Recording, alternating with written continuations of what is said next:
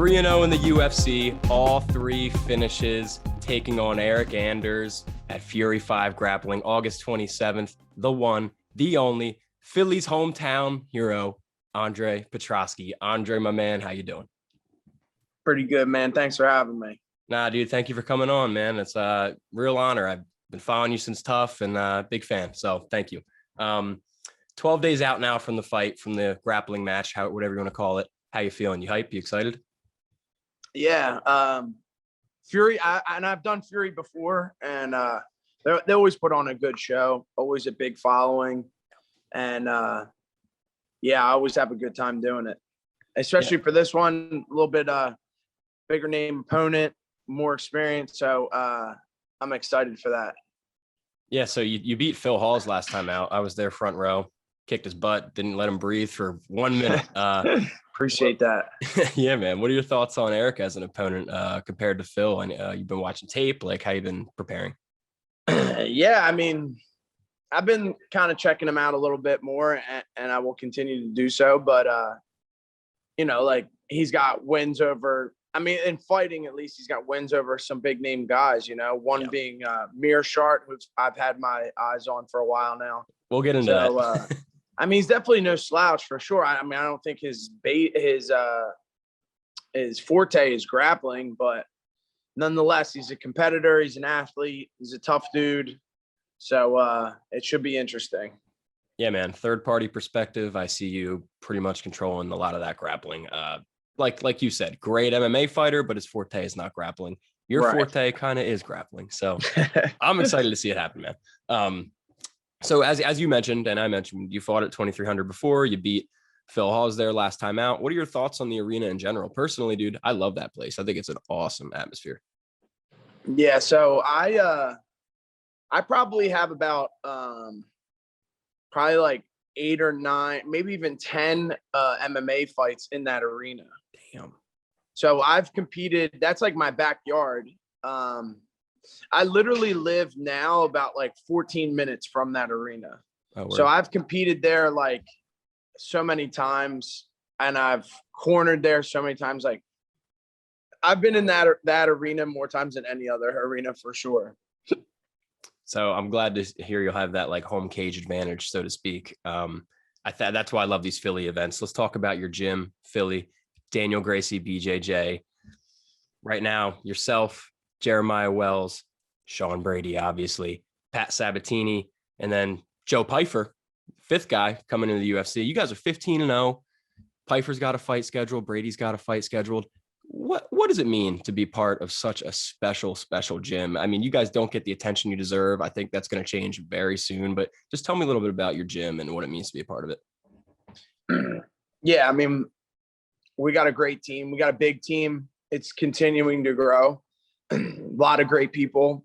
I mean, anyone that follows fighting really knows how powerful like momentum is.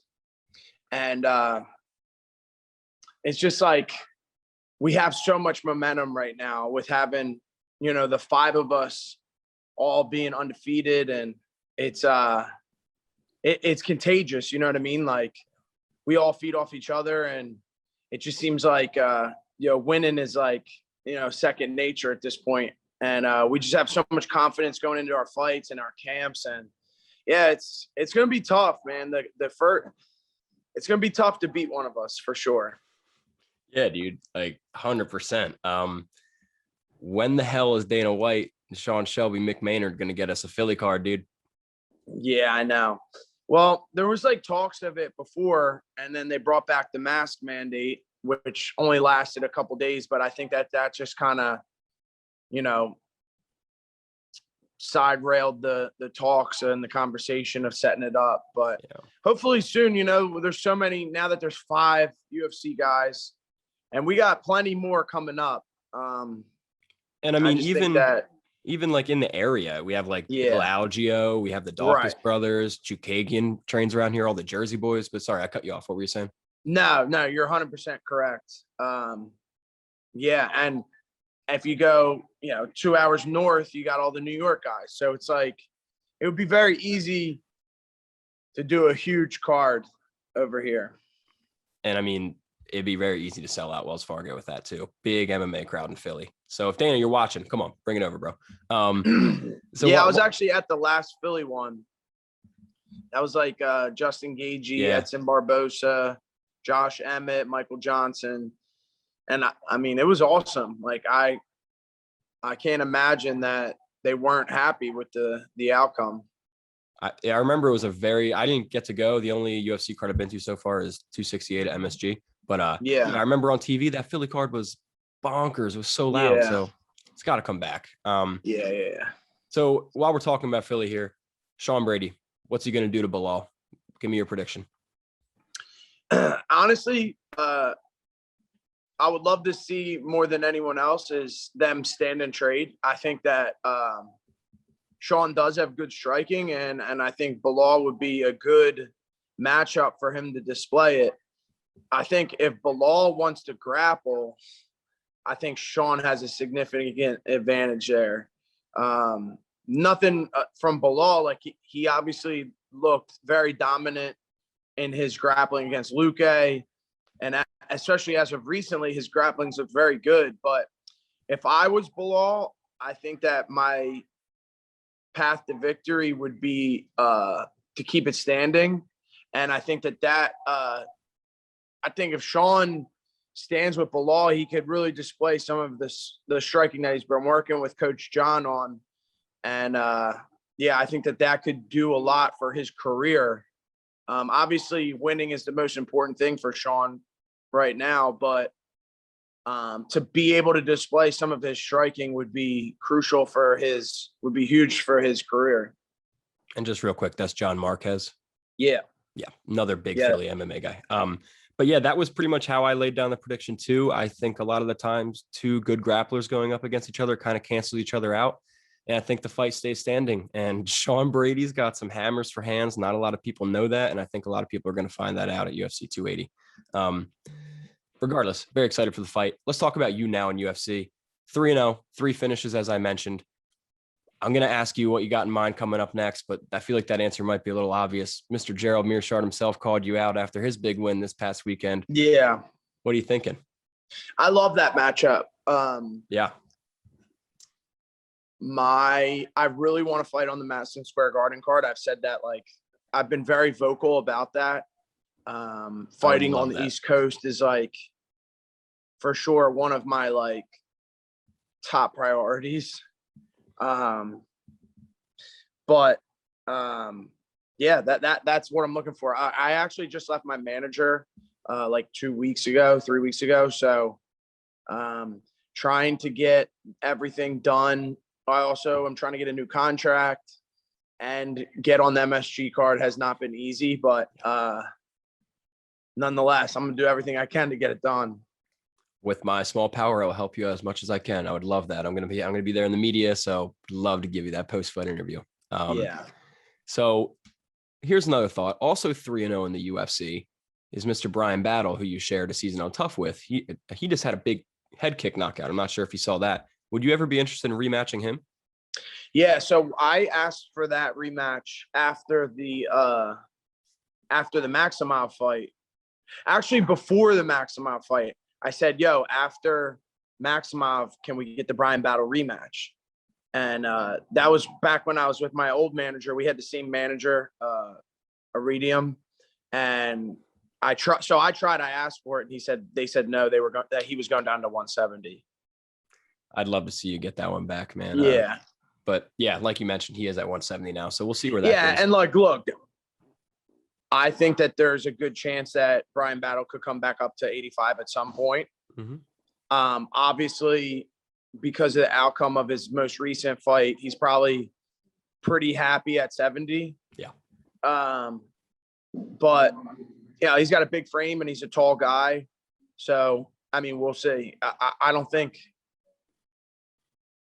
I think that the possibility of him coming back up, whether it's to fight me or whether it's to fight anyone, I'm praying for me. Maybe I'm just speaking positively, but I hope he'll come back up at some point. You're both young studs. Yeah. Plenty of time for that rematch, brother.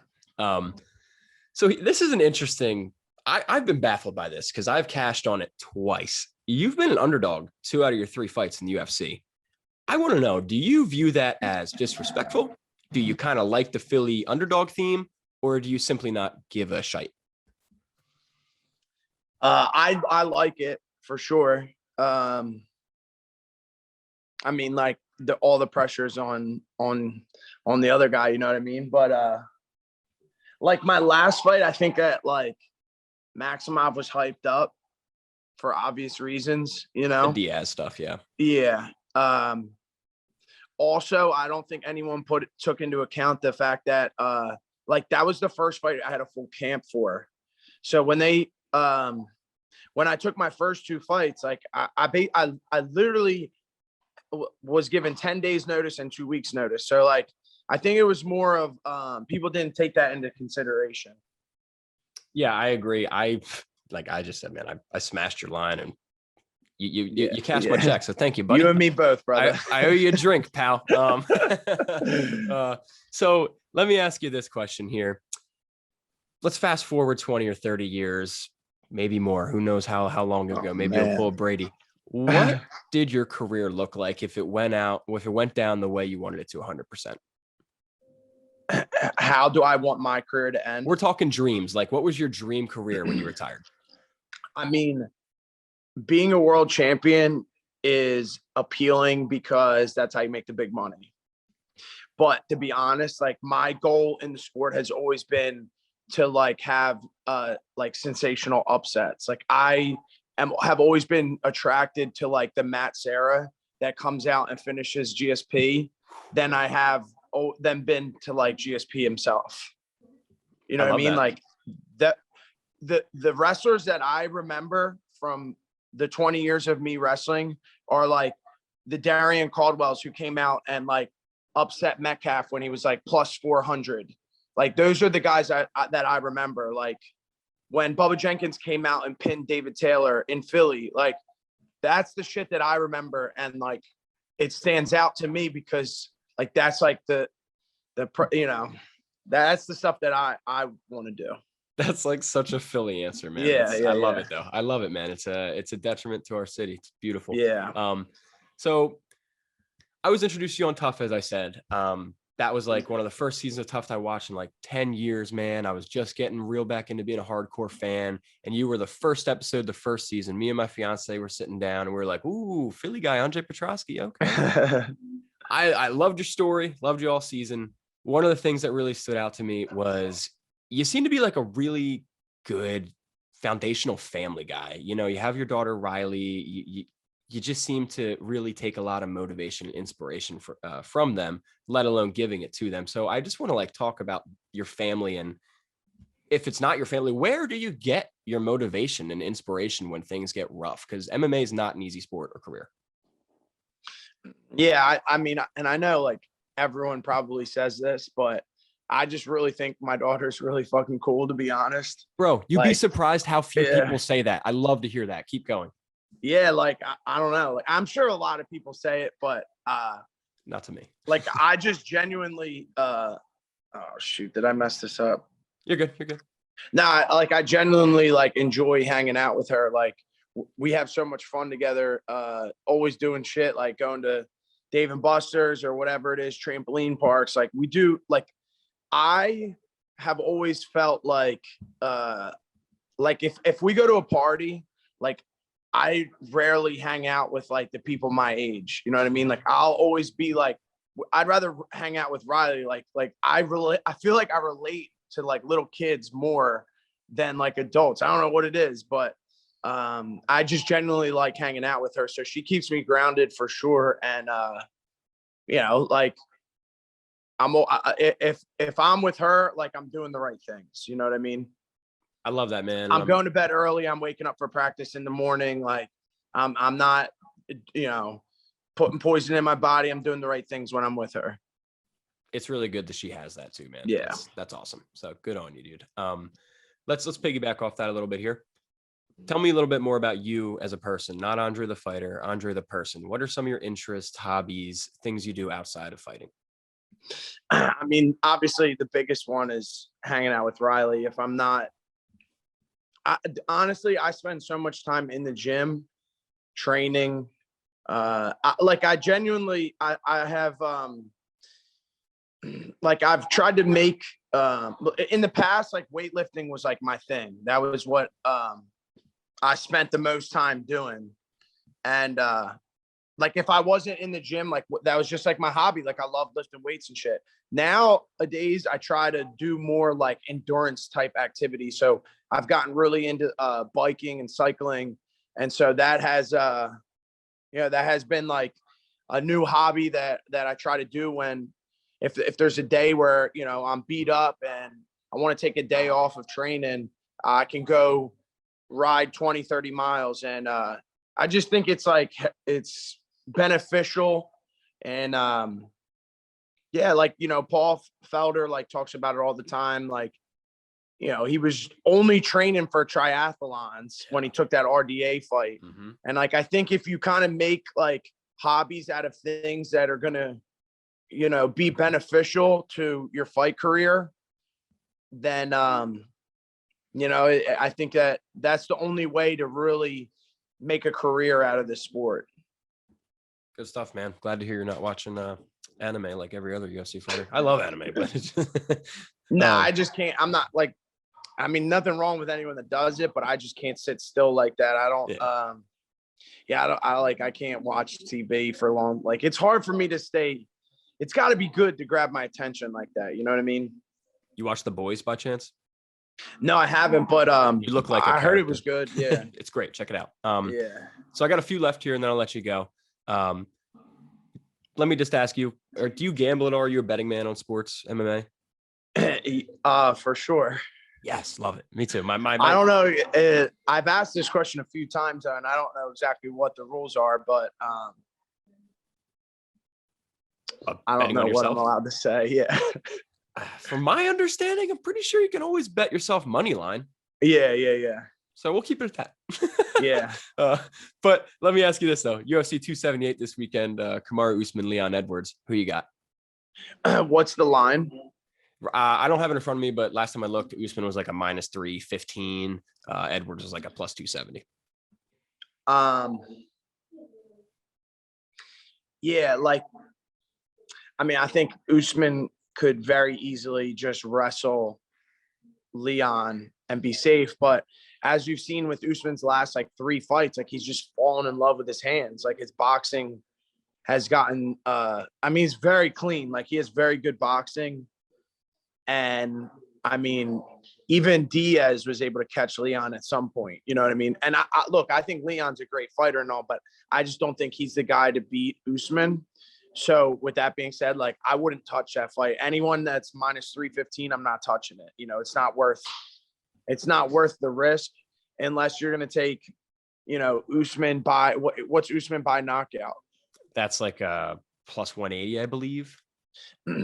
Maybe it's, I don't have it in front of me. That's probably higher than that. I mean, that's not bad. Like that might be worth it, but like personally, I wouldn't touch that fight. I respect it. I got the Usman and Costa parlay for like -120. That's my play. But Usman and what? Paulo Costa going up against Luke Rockhold.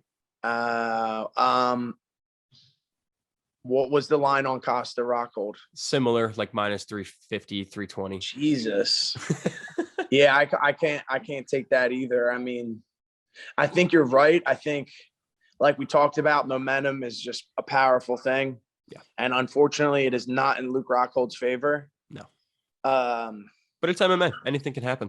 You are right, but yeah, honestly, yeah. I think Luke